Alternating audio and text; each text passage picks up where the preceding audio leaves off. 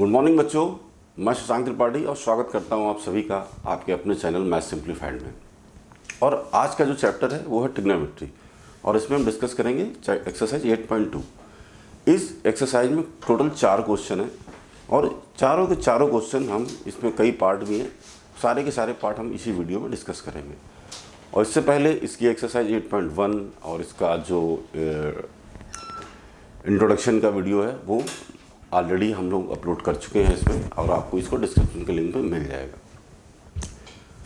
तो बच्चों, आज की क्लास शुरू करने से पहले एक दोहा है कि धीरे धीरे रे मना और धीरे धीरे सब होए और माली सींचे 100 घड़ा और रुत आए फल होए। इसका मतलब ये है कि धीरे धीरे ही दुनिया में सारा काम होता है, कोई भी काम बहुत तेज नहीं होता है। आज के इस फास्ट युग में हर कोई रिजल्ट बहुत जल्दी चाहता है कि 4 दिन किया रिजल्ट आ गया, एक्सरसाइज शुरू किया 4 दिन किया, पढ़ने का नियम बनाया 4 दिन किया, फिर धीमे धीमे नहीं। धीरे धीरे रे मना धीरे धीरे सब कुछ धीरे धीरे होगा। एक दिन में कुछ नहीं होगा, लेकिन एक दिन जरूर होगा। इसलिए इस दोहे का अर्थ यही है आपके लिए विद्यार्थी जीवन में कि चीज़ों को टाइम टेबल बनाइए, उसको फॉलो करिए, कंटिन्यूअस फॉलो करिए, रिजल्ट आगे रहेगा। किसी चीज़ की ज़रूरत नहीं है। प्रैक्टिस धीमे धीमे हर चीज़ अगर रेगुलर होगी, कंटिन्यूअस रहेगी, तो उसका रिजल्ट आपको एक ना एक दिन जरूर मिलेगा। कि माली सींचे 100 घड़ा और रुत आए फल आए। माली जो गार्डन, जो बाग बगीचे की देखभाल करते हैं, वो क्या करते हैं, अगर कोई पेड़ लगाया आम का तो क्या हुआ, सींचते रहते वर्षों लग जाते हैं, आम बड़ा होता है, फिर उसमें फल आते हैं कहीं।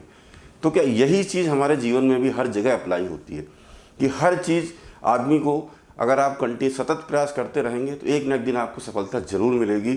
इसमें कोई भी डाउट नहीं है, किसी भी तरह का कोई संदेह नहीं है। चलिए इसी बात के साथ और इसी दोहे के साथ आज की क्लास शुरू करते हैं।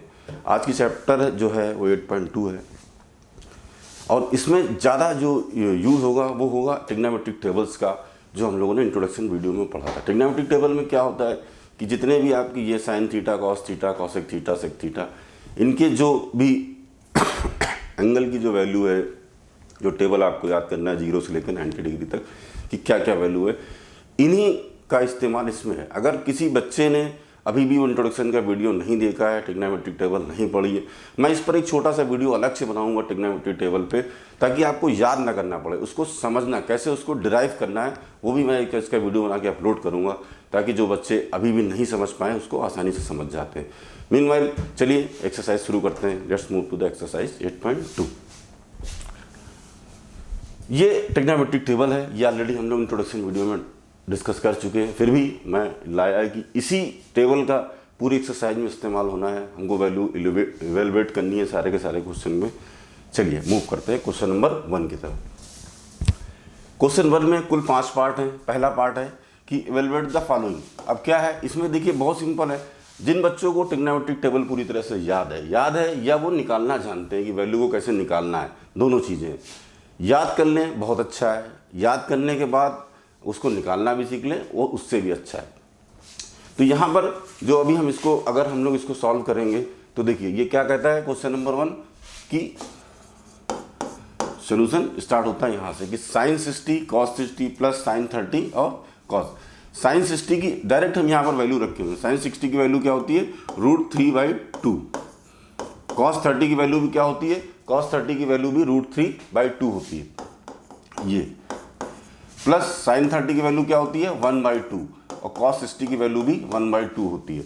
तो अब इसमें ज़्यादा बचा कुछ नहीं है, इसका मल्टीप्लाई करेंगे √3 × √3 तो ये 3 हो जाएगा, और 2 × 2 4 हो जाएगा, और इधर 2 2 जा 4 और ये 1/4 हो जाएगा। इसका एलसीएम लेंगे 4 आएगा, ऊपर 3 + 1 तो ये कितना आ जाएगा 4/4, यानी इसकी वैल्यू क्या आएगी 1। इसका आंसर क्या होगा 1। बहुत ही आसान है। इसमें क्या है कि आपको सिर्फ करना क्या था, आपको सिर्फ ये करना था कि आपको ट्रिग्नोमेट्रिक जो वैल्यू है ये आपकी, ये आपको पता होनी चाहिए, ये याद होनी चाहिए, क्योंकि हर वक्त आप इनको निकाल नहीं सकते हो। सीखना अलग चीज़ है, लेकिन जब आपके सामने प्रॉब्लम आएगी बोर्ड में या एग्जाम में, तो आपको डायरेक्ट वैल्यू रख के इसको सॉल्व करना है। तो ये क्वेश्चन नंबर 1 का पहला पार्ट था। ये दूसरा पार्ट है। अब दूसरा पार्ट है 2 tan square 45 degree and cos square 30 and sin square 60। अब इसे हमें इवेल्यूएट करना, हल करना है। तो tan 45 की वैल्यू क्या होती है, tan 45 की वैल्यू होती है 1। देखिए 2 एज इट इज रहा, सोल्यूशन 2 हमारा एज इट इज रहा। tan 45 की वैल्यू क्या होती है 1, इसका हम स्क्वायर करेंगे क्योंकि यहाँ पर ये स्क्वायर है। इसी तरह cos स्क्वायर 30, cos स्क्वायर 30 की वैल्यू क्या होती है √3/2, इसको यहाँ पर हम √3 इसका भी स्क्वायर करेंगे। माइनस sin स्क्वायर 60, sin 60 की वैल्यू क्या होती है √3/2, इसका भी हम यहाँ पर स्क्वायर करेंगे। अब देखिए 2, 1 का स्क्वायर 1 ही रहेगा, 2 1 2 ही रहेगा, √3 का स्क्वायर 3 हो जाएगा, उसका 4 हो जाएगा। यहाँ पर क्या हो जाएगा, यहाँ भी 3/4 हो गया। अब देखिए क्वेश्चन को आसानी से, क्या है बहुत आसान है इस क्वेश्चन को करना, इसमें कुछ भी नहीं है। ये 3/4, ये 3/4 माइनस हो जाएगा, तो आपका आंसर क्या आ जाएगा, आंसर यही आपका आंसर है। बहुत ही आसान है बिल्कुल, बस इसमें वही चीज़ बार बार कि आपको इनकी वैल्यू जो है टेबल आपको लर्न होनी चाहिए, इमीडिएट आप इनके सोल्यूशन को निकाल सकते हैं। अब दूसरी वैल्यू, तीसरा क्वेश्चन है हमारा cos 45। यहाँ पर भी पूरी की पूरी एक्सरसाइज इसी पर ही सॉल्व है। जितनी भी टेबल है अगर आपको याद है तो आपके लिए एक्सरसाइज बहुत ही आसान बनने वाली है। कुछ जगह पर कुछ क्वेश्चन होंगे जो आपको थोड़ा सा परेशान करेंगे, उनको कैसे हल करना है वो भी यहाँ पर हम लोग डिस्कस करेंगे। cos 45 की वैल्यू क्या होती है, डायरेक्ट हम वैल्यू रखेंगे यहाँ पर, ठीक है ना, 1/√2, ये cos 45 की वैल्यू होती है। sec 30 की वैल्यू क्या होती है, जो cos 30 की होती है उसका जस्ट अपोजिट, यानी sec 30 की वैल्यू क्या होगी 2/√3। और cosec 30 की वैल्यू क्या होती है, जो sin 30 की वैल्यू होगी उसका जस्ट अपोजिट, यानी कि इसकी वैल्यू क्या होती है 2/2 होती है। sin 30 की वैल्यू, वो फार्मूला आपको याद रहेगा हमेशा कि पंडित बद्री प्रसाद हर हर बोले, ये आपको, ये साइन है, ये कॉस है और ये tan है, और जस्ट अपोजिट कर देंगे इनका। साइन का उल्टा क्या होता है, कॉसेक होता है, इसे ये ध्यान में आपको रखना है। तो जहाँ पर साइन 30 की वैल्यू क्या होती है 1/2, अगर साइन 30 की वैल्यू 1/2 है तो कॉसेक 30 की वैल्यू क्या होगी 2, 1/2 का जस्ट रेसिप्रोकल करेंगे तो क्या आएगा 2, तो यहाँ पर 2 आ गया। 1 हम ऐसे रख लेते हैं, फिर इसको सॉल्व करते हैं, ये है 1/√2, ये हो गया 4√3। अब देखिए अब क्या कर सकते हैं हम, देखिए कभी भी अगर इस तरह का सवाल आपके सामने आता है कि a/b/c/d, तो इसका सिंपल सा तरीका आप हमेशा याद रखिए। अगर सपोज कीजिए कभी ये a/b और c/d, तो इसका हल करने का सबसे आसान तरीका क्या है, a/b तो ऐसे रहेगा और इसको हम यहाँ पर उठा के मल्टीप्लाई कर लेंगे, ये सबसे आसान तरीका है। जो भी नीचे रहेगा उसको उठाकर रेसिप्रोकल में ले जाएंगे, वहाँ मल्टीप्लाई कर देंगे। तो यहाँ पर क्या है हमारे सामने 1/√2, ये हो जाएगा √3/4, ये हो गया हमारा। यहाँ पर हमने ये किया, तो यहाँ पर अब यहाँ पर एक चीज़ आपको समझने वाली है यहाँ पर कि ये बीच में प्लस लगा हुआ है, तो थोड़ा सा यहाँ पर ये प्रॉब्लम हो गई है, ये प्लस है मल्टीप्लाई नहीं है, सॉरी।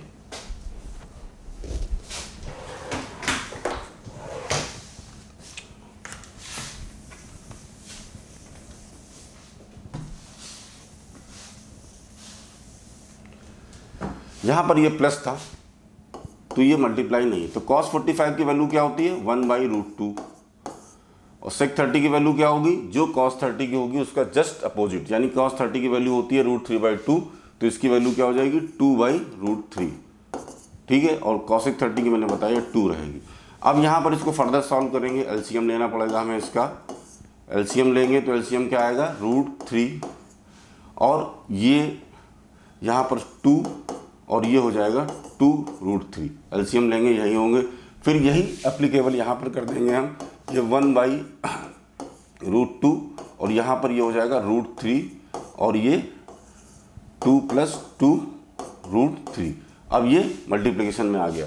अब यही हमको यहाँ पर सॉल्व करना है, आपको क्या करना है, यही आपको यहाँ पर सॉल्व करना है। तो इसको सॉल्व करने का तरीका क्या होगा, ये देखिए, इसको अगर आगे सॉल्व करेंगे तो क्या हो जाएगा √3 × 1, ये √3 ही रहेगा हमारा, और ये जो है ये हमारा अगर होगा तो यहाँ पर क्या होगा, इसको अगर हम ये 2√2 को मल्टीप्लाई कर देंगे तो 2√2 हो जाएगा, और ये हो जाएगा प्लस हमारा 2√6, ये हो जाएगा इसमें किसी को कोई वो, देखिए 2 × 2√2 और ये 3 2 6 और 2√6, ये हमारा यहाँ पर इतनी चीज़ यहाँ पर आ गई। अब एक चीज़ हमेशा ध्यान रखना है कि जब भी डिनोमिनेटर में आपके रूट आ जाएगा तो वो वैल्यू आपकी सही नहीं, आपको इसको रेशनलाइज करना पड़ेगा। रेशनलाइज करने का सबसे आसान तरीका क्या है, जो भी नीचे है उसके साइन बदल के ऊपर नीचे दोनों से मल्टीप्लाई करा देंगे। यानी कि इसको हम क्या करेंगे, 2√2 माइनस 2√6 और 2√2 2√6। देखिए मैथ में यही एक खूबसूरती है कि आपको अगर चीज़ों को रेशनलाइज करना है या और भी कोई और स्टेप सॉल्व करना है तो आप इस तरह से करना, इसको मल्टीप्लाई कराने से कोई फर्क नहीं पड़ रहा है इसमें, इस इक्वेशन में, क्योंकि ये पूरा पूरा कट जाएगा। अब हमें क्या करना है, मल्टीप्लाई करना है, इसको केवल सॉल्व करना है आगे। तो अगर आप इसको ध्यान से देखें तो ये क्या है, ये a प्लस बी और ये a माइनस बी।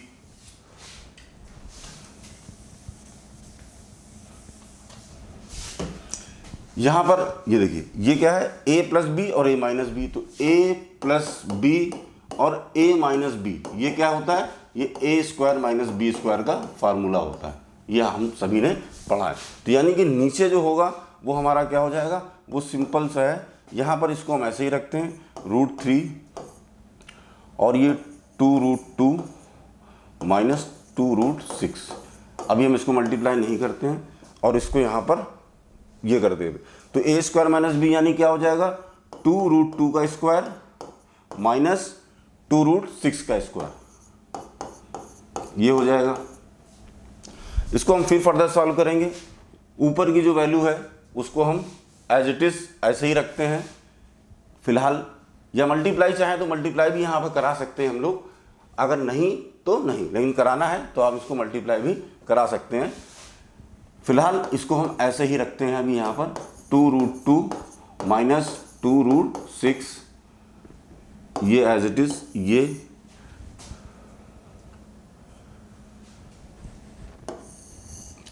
2√2, 2 का स्क्वायर 4 और 2 का स्क्वायर √2 का 2 होगा, 4 2 जा 8 हो जाएगा। ये 2 का 4 और रूट का 6 का 6 हो जाएगा, यानी 6 4 जा 24। क्या हो गया आपका, 24 हो गया। अब हम इसको अंदर भी मल्टीप्लाई करा सकते हैं। अंदर मल्टीप्लाई कराएंगे तो क्या होगा, 2√3 2 जा 6 माइनस 2 और 6 3 जा 18, क्या हो जाएगा, 18 हो जाएगा। ये हमारा ये 18 हो जाएगा। ये यहाँ पर क्या हो जाएगा, इसको माइनस करेंगे तो ये माइनस में आ जाएगा, कितना हो जाएगा, 16। अब देखिए नीचे माइनस का भी डिनोमिनेटर नहीं रह सकता है, तो अभी इसको कैसे करेंगे। इसको करने के लिए क्या होगा, हम माइनस को कॉमन ले लेंगे, माइनस को ख़त्म कर देंगे। कैसे, देखिए अगर हम ऊपर से माइनस को कॉमन ले लें, ऊपर को माइनस से हम कॉमन ले लें तो ये माइनस का क्या हो जाएगा, ये प्लस का हो जाएगा, 2√18 और ये हमारा माइनस का हो जाएगा, अभी प्लस का था 2√6 और यहाँ क्या हो जाएगा, माइनस का 16। माइनस माइनस हमने यहाँ काट दिया। अब आपके सामने क्या बचा, अगर आप देखना चाहें तो यहाँ पर क्या बचा आपका, 2√18 और माइनस का 2√6, ये अपान ये 16 बचा।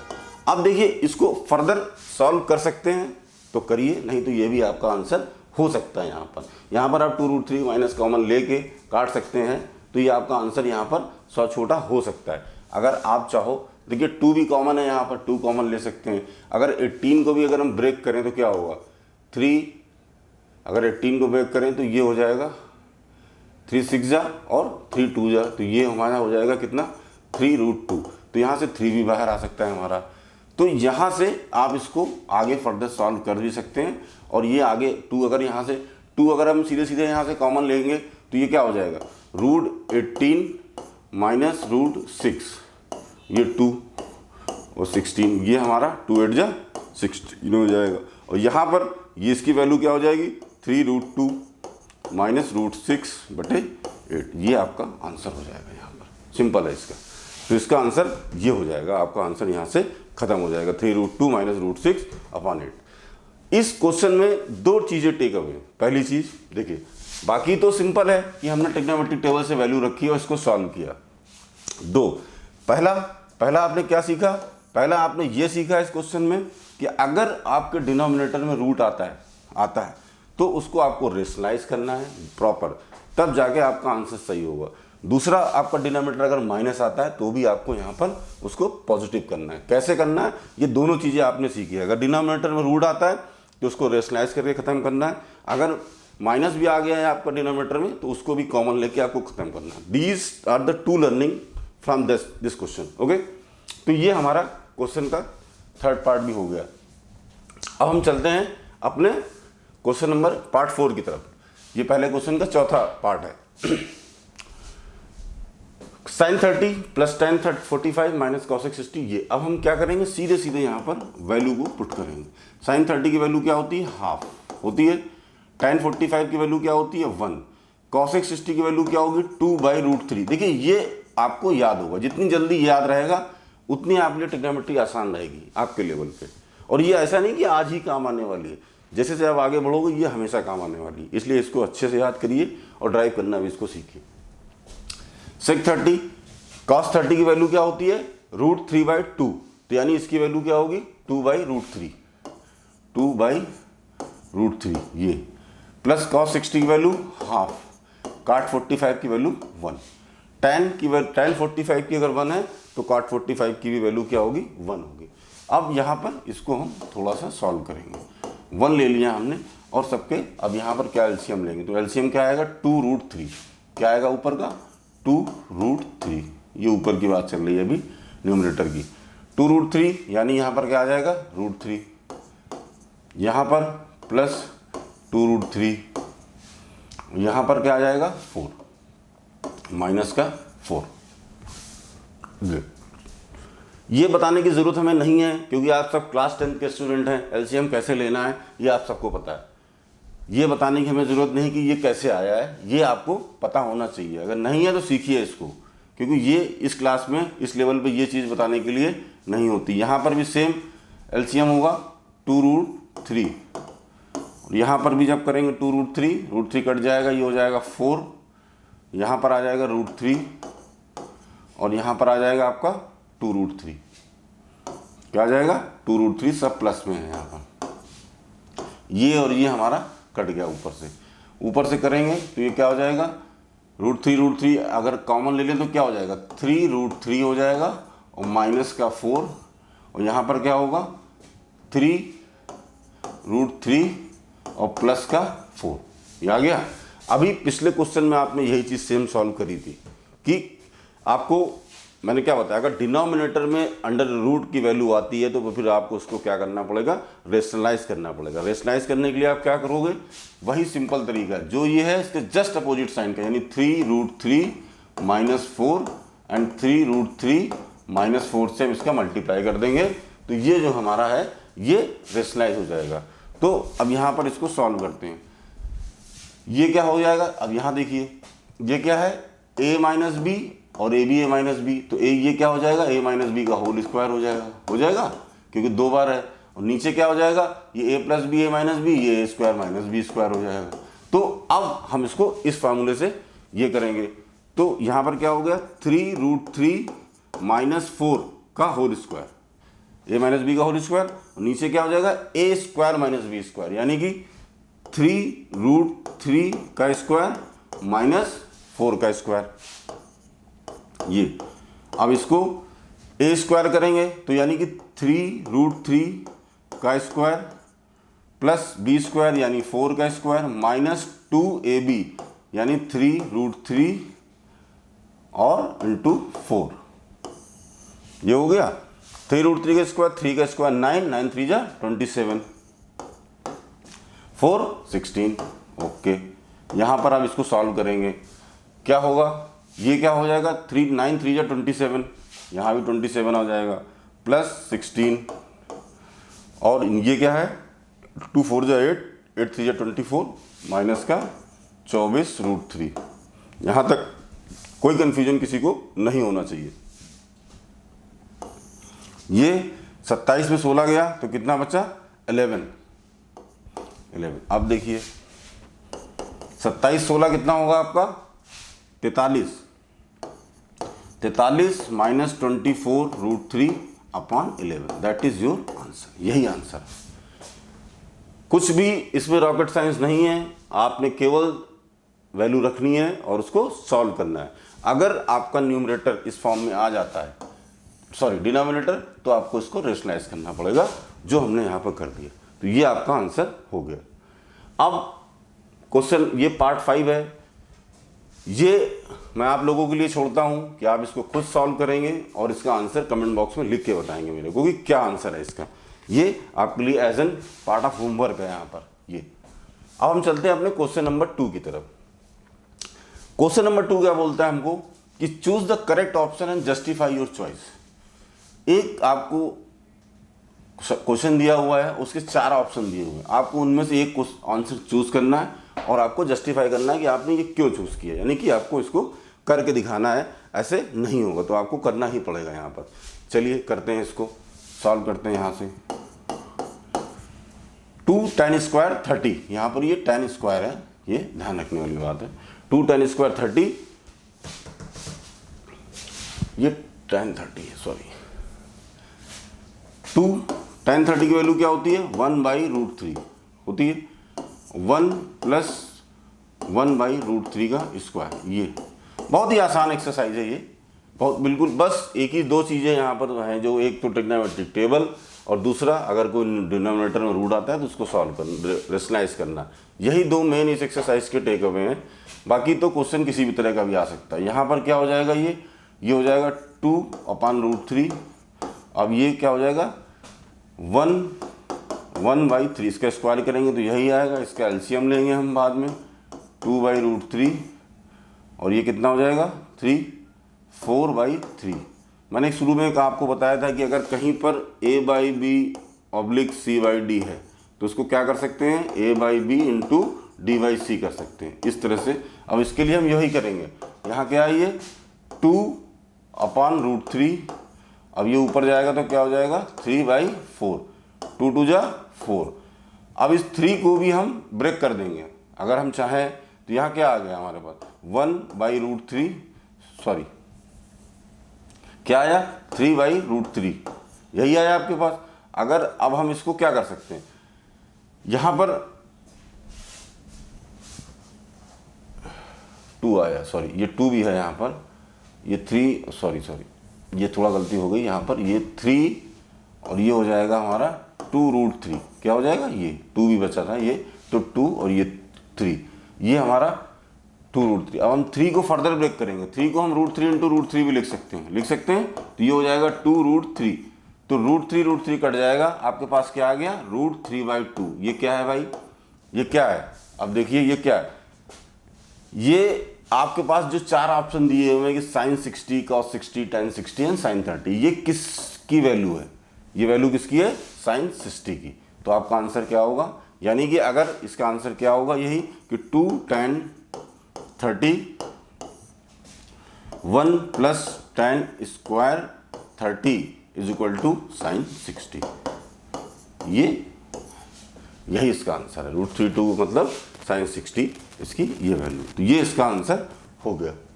अब हम आगे चलेंगे। यहां पर देखिए, अब अगर इस तरह का क्वेश्चन कभी आपके सामने आ जाए, हर चीज आपको बार बार मैं ये चीज बोलता हूँ, ठीक है कि मैथ से सॉल्व करना है, लेकिन नहीं, कॉमन सेंस बहुत जरूरी है यहाँ पर।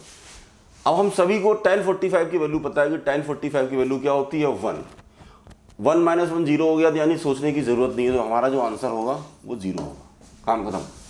ये नहीं कितना सोचना है, लिखना है, आपको लिख के करना पड़ेगा, बट ठीक है, लेकिन IQ रखना पड़ेगा आपको। तुरंत सोचना नहीं है कि हाँ tan 40 वैल्यू सॉल्व करेंगे, तुरंत आपके सामने आना चाहिए ये 0 होगा, क्योंकि tan 45 की वैल्यू क्या होती है 1 का स्क्वायर करेंगे या नहीं करेंगे कोई फर्क नहीं पड़ता इससे।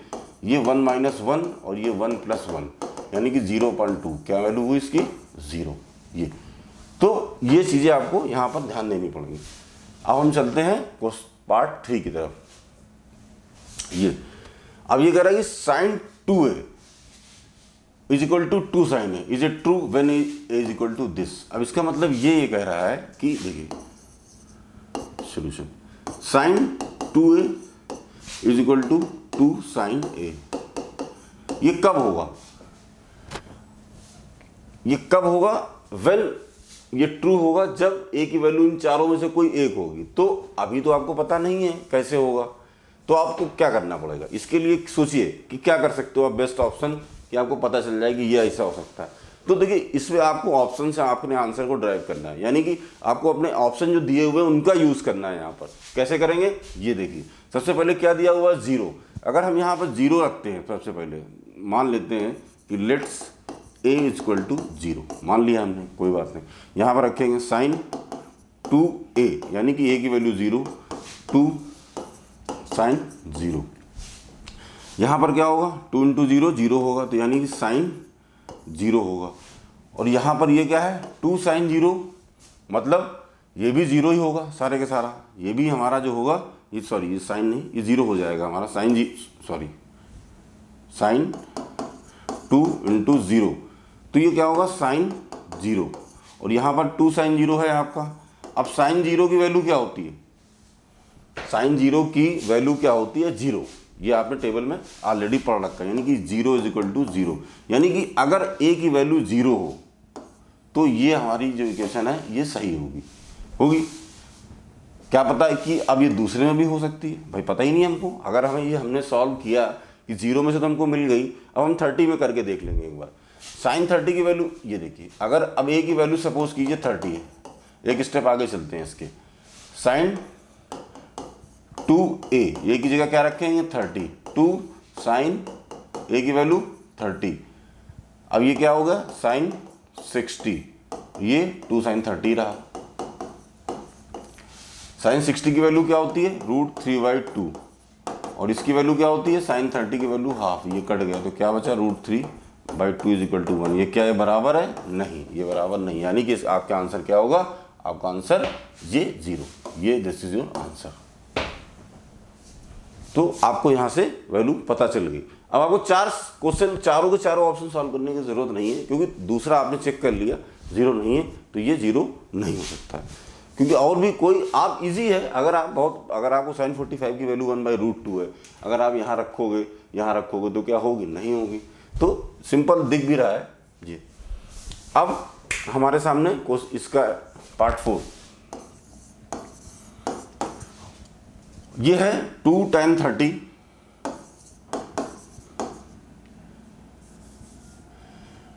tan 30 की वैल्यू क्या होती है 1/√3, और 1 माइनस इसको हम यहाँ पर स्क्वायर कर देंगे, तो ये क्या हो जाएगा 2/√3। और ये इसको सॉल्व करेंगे तो क्या आ जाएगा, ये 1/3 और 3 - 1 यानी कि 2/3 हो जाएगा। अब इसको हम 2/√3 इंटू 3/2, इसको यहाँ से हम काट देंगे तो क्या आ जाएगा 3/√3। जहाँ पर ये आ गया यहाँ पर।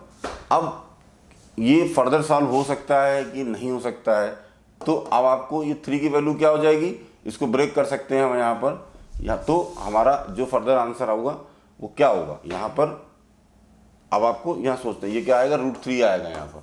अब √3 किसकी वैल्यू होती है ये आपको पता होना चाहिए। √3 किसकी वैल्यू होती है, tan 60 की। किसकी होती है भाई, इसकी जगह आप क्या करोगे, इसकी जगह पर आप √3 इंटू √3 रख दोगे अगर, तो ये एक कैंसिल हो जाएगा, एक ही तो बचेगा आपका। तो ये क्या है, ये tan 60 की वैल्यू √3 होती है, यानी कि ये जो बराबर होगा किसके बराबर होगा, tan 60 के बराबर होगा। चलिए अब हम चलते हैं अपने क्वेश्चन नंबर 3 की तरफ। इसमें क्या कह रहा है कि if tan a + b is equal to √3 and tan a - b is 1/√3। अब इसने बोला है कि a + b 0 से बड़ा होगा लेकिन 90 से बड़ा नहीं होगा, इक्वल होगा या उसके बड़ा नहीं होगा, और a b से बड़ा होगा, तो find a and b। Question समझिए, if tan a + b is equal to √3 and tan a - b is equal to 1/√3, then 0 degree is greater than a / b, ठीक है, और लेस एंड इक्वल, यानी कि a + b जो होगा वो 0 से बड़ा होगा लेकिन 90 से बड़ा नहीं होगा। 90 के इक्वल हो सकता है, बड़ा नहीं हो सकता। इसका क्या मतलब है, अब इसका मतलब आपको यहाँ पर समझना पड़ेगा कि ये क्वेश्चन कैसे सॉल्व होगा। ये यहाँ पर आपको थोड़ा सा दिमाग लगाना पड़ेगा। यहाँ पर अगर ये देखो इसी से लिखते हैं क्वेश्चन का। ये क्या लिखता है कि tan a plus B is equal to √3। ठीक है, अब √3 किसकी वैल्यू होती है? tan a plus B is equal to tan 60 होती है। tan और tan हमारा यहाँ से कैंसिल हो गया, तो एक वैल्यू क्या आ गई आपकी? a प्लस बी बराबर 60। ये आ गई, ये आपकी पहली इक्वेशन बन गई। इसी तरह से उसने बोला tan a minus B is equal to 1/√3। ये किसके इक्वल होता है? tan 30 के होता है। यहाँ से भी tan कैंसिल, तो a माइनस बी की वैल्यू क्या आ गई? 30। ये हमारी इक्वेशन 2 बन गई। तो अब हम दोनों इक्वेशन को ऐड फर्स्ट एंड 2, अगर हम दोनों को ऐड करेंगे, यहाँ कर लेते हैं इसको कि a plus B is equal to 60 और a minus B is equal to 30, ये करेंगे तो ये हमारा कट जाएगा। 2a इज इक्वल टू 60 30 90, तो a की वैल्यू क्या आ गई? 45। किसी भी एक इक्वेशन में इसकी वैल्यू को रख देते हैं, सपोज कीजिए हम फर्स्ट में रख देते हैं, तो a plus B is equal to 60, इसको यहाँ पर लिखेंगे putting the a is equal to 45 in equation first. Statement जरूर दीजिएगा आप लोग पेपर में अपने। तो यहाँ पर 45 plus b is equal to 60, ये b की वैल्यू क्या आ गई आपकी? 60 माइनस 45 इज इक्वल टू 15। यानी कि ये क्या बोल रहा है? a कितना निकला हमारा? 45, और b कितना निकला? 15 डिग्री निकला। अब यहाँ से आप इस क्वेश्चन को कर सकते हो कि a प्लस बी 0 से बड़ा है। अगर दोनों को जोड़ोगे तो ये बड़ा है और दोनों इससे छोटे हैं। देख लीजिए आप, अगर ये जोड़ेंगे तो 60 आएगा, 90 के छोटा है, बड़ा नहीं है उससे। तो आपकी ये वैल्यू यहाँ पर वेरीफाई भी हो गई। अब क्वेश्चन नंबर 4 की तरफ बढ़ते हैं। इसमें आपको ट्रू एंड फॉल्स बताना है और जस्टिफाई भी करना है आपको। अब इसमें बोलता है state whether the following are true or false, justify your answer. इसका इनका मतलब ये देखिए, यहाँ पर आप कई चीज़ें मान भी सकते हैं और नहीं भी मान, जैसे इसमें दिया हुआ। अब आप इसमें मान सकते हैं कि साइन के साथ है तो a की वैल्यू 30 60 कुछ भी मान लीजिए आप, कुछ भी क्या मतलब ये वैल्यू अगर आप मान के करते हैं यहाँ पर साइन, ये क्या होगा? 30 प्लस 60। ठीक है, ये साइन a 30 प्लस ये 60 मान लीजिए थोड़ी देर के लिए, तो ये कितना हो जाएगा? साइन 90 हो जाएगा। और यहाँ पर साइन 30 की वैल्यू क्या होती है? हाफ, ये √3/2। तो ये क्या बराबर है? साइन 90 की वैल्यू तो ये नहीं होती है, साइन 90 की वैल्यू होती है 1। तो क्या ये इक्वल है? नहीं, यानी कि ये फॉल्स है। किसी भी इक्वेशन पे आप इसको रखेंगे तो ये कितना हो जाएगा? ये हमारा हो जाएगा 2 प्लस √3/2। तो क्या ये होगा? नहीं होगा, यहाँ पर हमारा 1 प्लस √3 आएगा, तो ये बराबर नहीं होगा। यानी कि इसका जो आंसर होगा हमारा क्या होगा? ये हमारा होगा फॉल्स होगा। इसी तरह से अब हम दूसरा क्वेश्चन करेंगे। The value of sine theta increase as a theta increase. इसका मतलब क्या है? ये कह रहा है कि द वैल्यू ऑफ साइन, ये देखिए 0 30 45 60 एंड 90। अब इनकी वैल्यू रखते हैं टेबल में, आप इनकी सबकी वैल्यू पढ़िए, तो इनकी अगर आप वैल्यू रखते हैं तो पता चलेगा आपको। ये क्या होता है? इसकी वैल्यू 0 होती है, इसकी हाफ होती है, इसकी 1/√2 होती है, इसकी √3/2 होती है, और ये 1 होती है। अगर आप क्या बढ़ रही है वैल्यू यहाँ पर? अगर बढ़ रही है तो मतलब ये ट्रू है। ये क्या लिख रहा है? The value of sine theta increase as theta increase. Sine theta की वैल्यू वैसे वैसे बढ़ेगी जैसे जैसे थीटा इंक्रीज होगा। थीटा कैसे? थीटा मान लीजिए 0 डिग्री है, ये 30 डिग्री है, ये 40 है, ये 60 90, तो क्या इंक्रीज हो रही है? यस। तो ये आंसर आपका क्या हो जाएगा? ट्रू। ये अब इसके पार्ट 3 की तरफ चलते हैं हम लोग। The value of cos theta increase, same question है, ये साइन के लिए था, वो ये कॉस के लिए। तो अगर इसको भी हम उसी तरह करते हैं कि 0 30 45 60 एंड 90। अब इसी तरह इसकी भी वैल्यू हम लोग यहाँ पर रखेंगे कि क्या ये बढ़ रही है? यहाँ पर cos 0 की वैल्यू क्या होती है? 1 होती है। इसकी क्या होती है? √3/2, इसकी 1/√2, और इसकी हाफ, और इसकी 0, यही वैल्यू होती है। तो क्या ये बढ़ रही है? नहीं।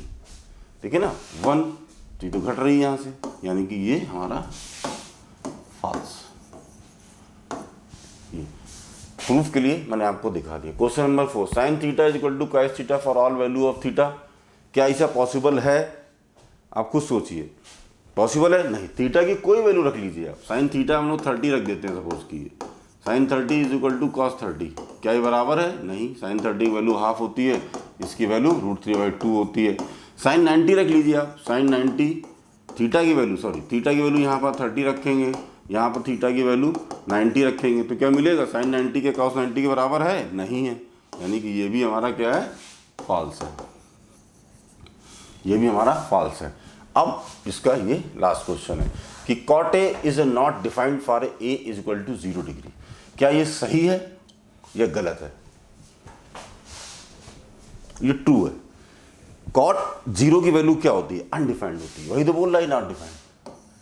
ये तो टेबल का सिंपल सा क्वेश्चन है, इसमें कुछ सोचने की जरूरत नहीं। Cot A is not defined for A is equal to 0। Cot 0 पढ़ते हैं, 0 ये पढ़ते हैं, तो कॉट 0 की वैल्यू क्या होती है? अनडिफाइंड है। यानी खुद ही करा नॉट डिफाइंड, यानी कि ये ट्रू है। तो ये हमारी पूरी की पूरी एक्सरसाइज यहाँ पर सॉल्व हो गई है। और ये अब उसके बाद 8.3 होगी यहाँ पर।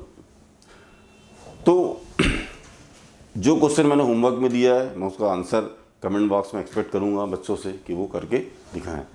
और इस चैनल में लगभग हम लोगों ने 8 चैप्टर पूरे कर चुके हैं इसके, और बहुत सी रील भी बन चुकी हैं इस पर।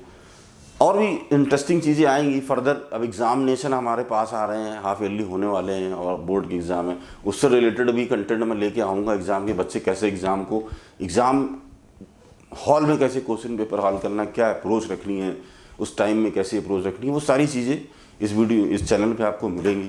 तो आज का जो चैप्टर था यहीं पे हो। Thank you, bye bye, and please like and subscribe and forward to your friends, ताकि सभी लोग इस चैनल को, जो भी इसमें कंटेंट है, उसको पढ़ सकें और फ़ायदा उठा सकें। Thank you.